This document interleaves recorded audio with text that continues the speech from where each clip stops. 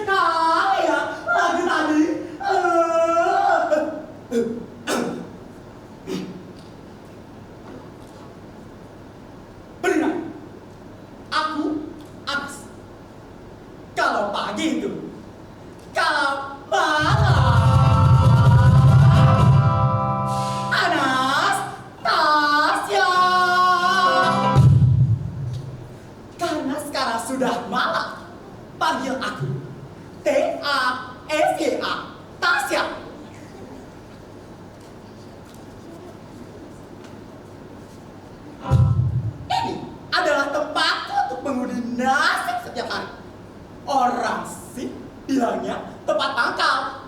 Kalau aku nyebutnya tempat berniaga. Biar keren aja. Bukannya aku tidak mau mencari pekerjaan lain.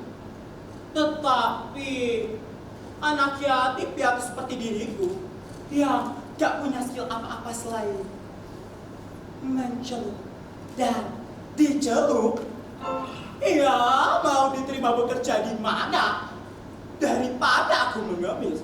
Lebih baik aku bekerja menggunakan keringatku sendiri.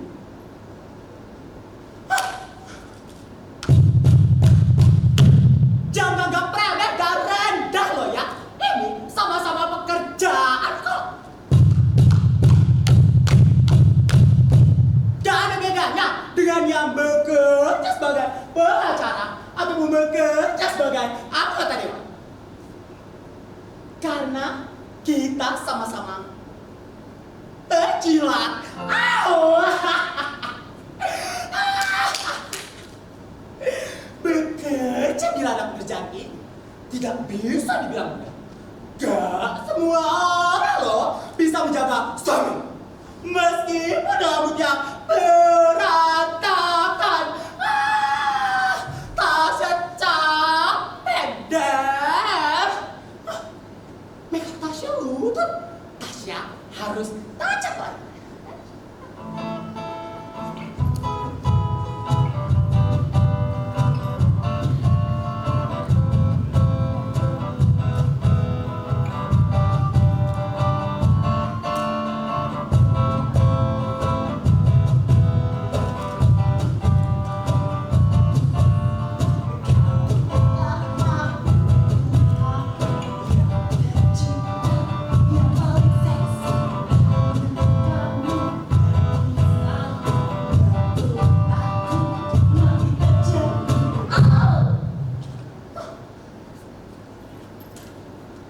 Jadi keinget waktu dulu pernah seorang pria tambahan meneriaki Tasya dari jauh.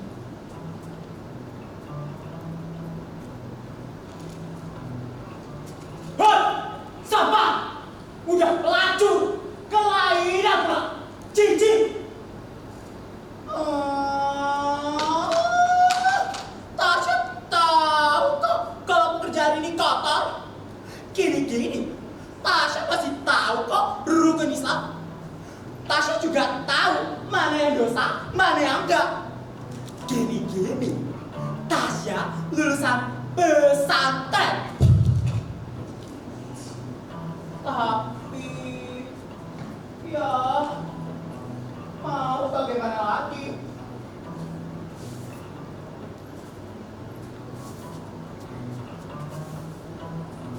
Jadi tukang sapu aja udah ada minimal persyaratannya. Jadi tukang abang-abang WC juga persyaratannya banyak banget, aneh. Tapi ada satu pekerjaan yang gak punya minimal persyaratan. Juga yakin kerjaannya tinggal klaim lahan orang, pakai rapi, dapat DP. Tapi Tasya tidak mau. Zalim. Tuh kan, kini-kini Tasya juga tahu kok dosa.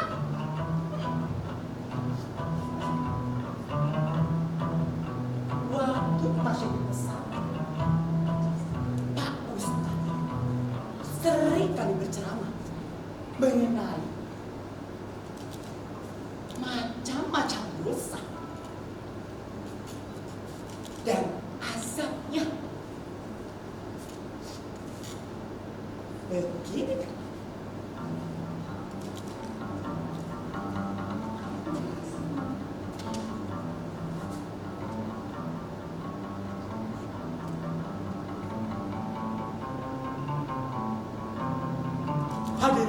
Hadirin sekalian,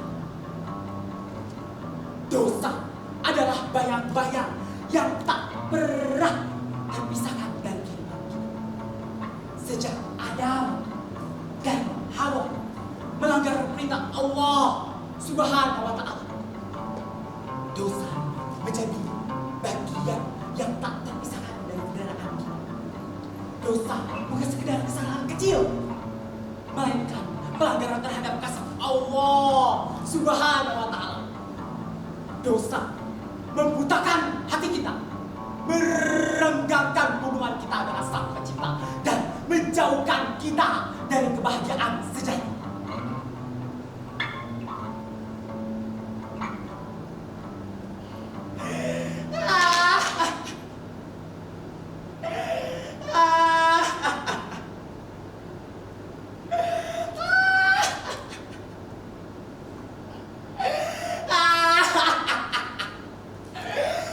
Lucu sekali deh. Padahal saat itu banyak sekali lista pengajar yang layak ke tugasnya.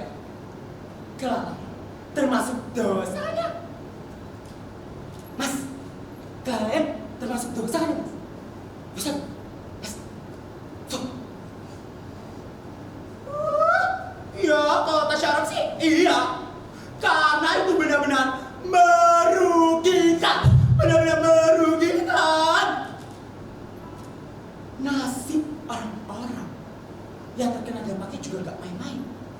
Tetapi sebelum itu, definisi dosa yang Tasya tangkap adalah perilaku yang merugikan orang lain dan juga diri sendiri. Seperti tadi, nasib orang-orang yang terkena dampaknya juga gak main-main. Bayangkan suatu institusi pendidikan yang seharusnya tenaga pendidikannya itu melindungi dan mengayomi, malah bikin orang ngomong, aduh, Gusti, gak percaya. Nih buktinya, musik.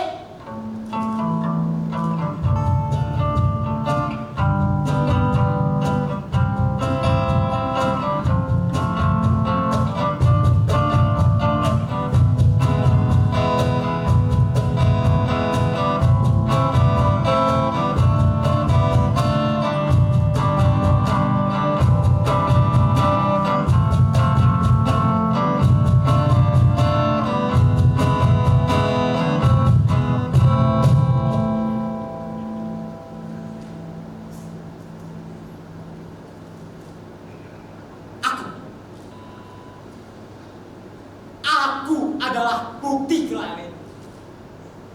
Tapi aku berlarian ke mereka dengan cucuran air mata. Pak Ustadz! Pak Ustadz! Pak Ustadz! Tolong saya, Pak Ustadz! Tolong saya! Tolong bantu saya!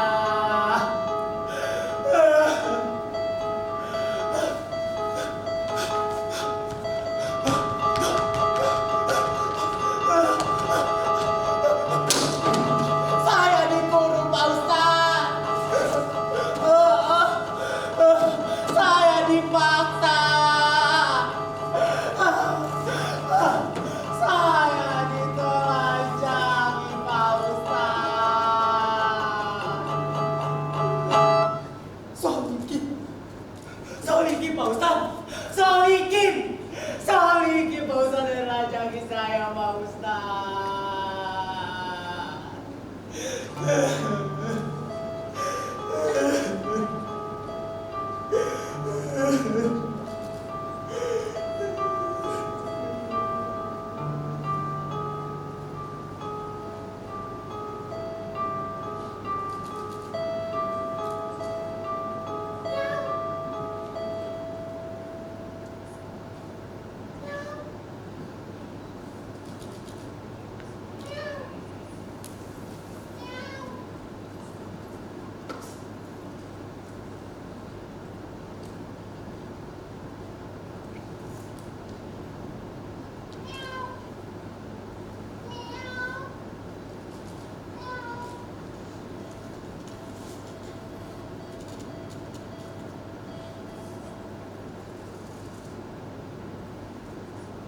Solikin, Solikin, Solikin, Solikin, Solikin yang dari Jombang itu, Solikin yang jadi santri tauladan tahun ini. Anas, astagfirullahaladzim, Nas. Yo istighfar kalau ngomong, Nas. Jangan ngaur. Anas, ingat, jangan fitnah, Nas. Itu adalah perbuatan keji, Nas. Ya Allah, astagfirullahaladzim, Nas. Astagfirullah.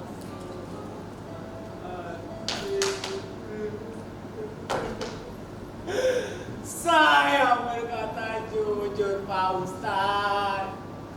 Saya berkata jujur. Saya berkata jujur. Sumpah demi Allah, Pak Ustadz.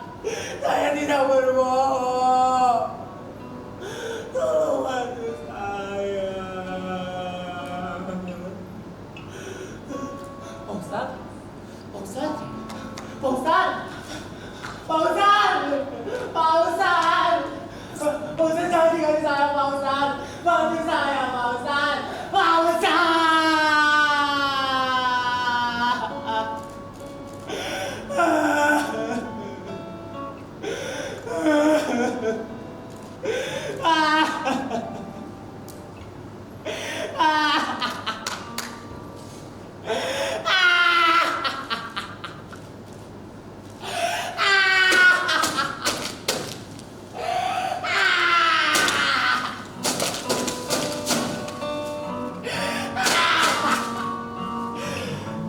Ketika kalau perbuatan Vita itu kecil, lalu nasibku ini bagaimana nasibku? Nasibku ini bagaimana nasibku?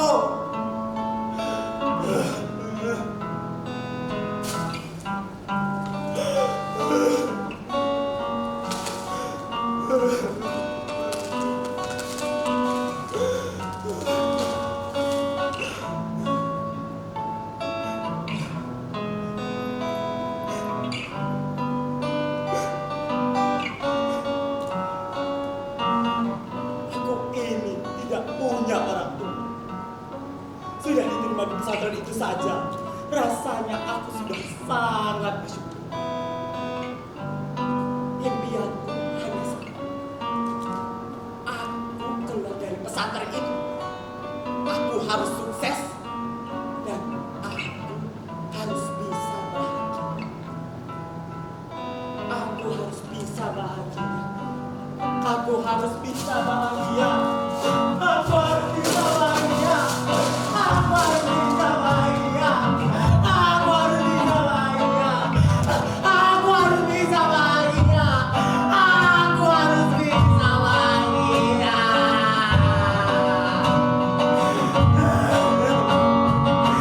Apakah bahagia itu dosa?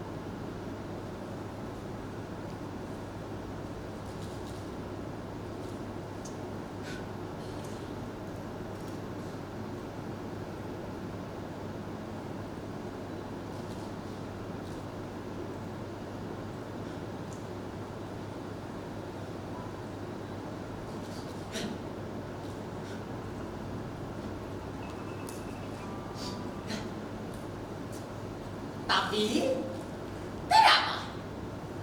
Aku Tasya.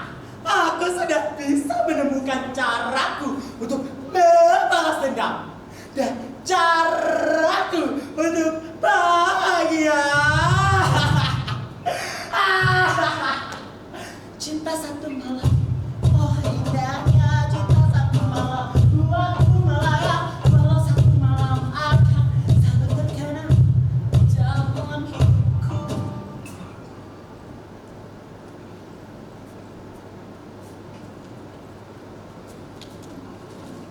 Ya sudah, sekalian saja aku bekerja di ranahnya.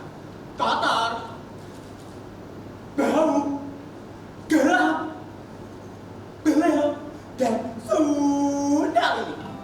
Oh, aku juga sudah kotor. Aku juga sudah tidak ada yang memperdulikan. Aku juga sendirian. Ya, kenapa tidak? Aku juga butuh penghasilan. Jatuh.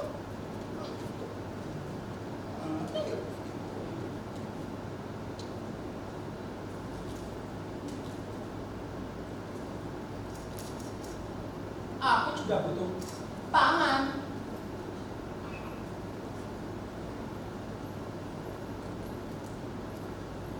Sandang.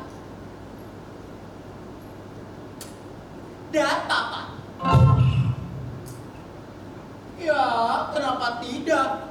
Lagian, ini gak merugikan kok. Gak bikin anak, gak bikin gue panik. Apalagi sampai bikin kerusuhan. Gini-gini, Tasya masih pria kok. Masih mengerti tanggung jawab besar seorang pria. Gini-gini, Tasya adalah pria yang pandai menyerah, memiliki jiwa empati tinggi dengan seguna kreativitas, meskipun minim di bidang intelektualitas dan spiritualitas. By the way, seorang pria lajang harus memiliki dua berguna bagi lingkungannya dan dirinya sendiri. Tetapi Tasya berbeda. Ada malaikat kecil yang harus Tasya jaga. Kini Tasya sudah berhasil kok menjadi seorang pria yang bahagia.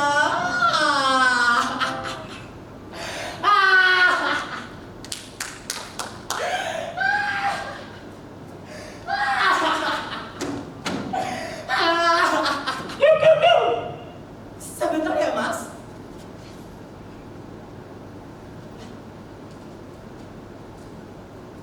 Mau full service? Atau mau pijet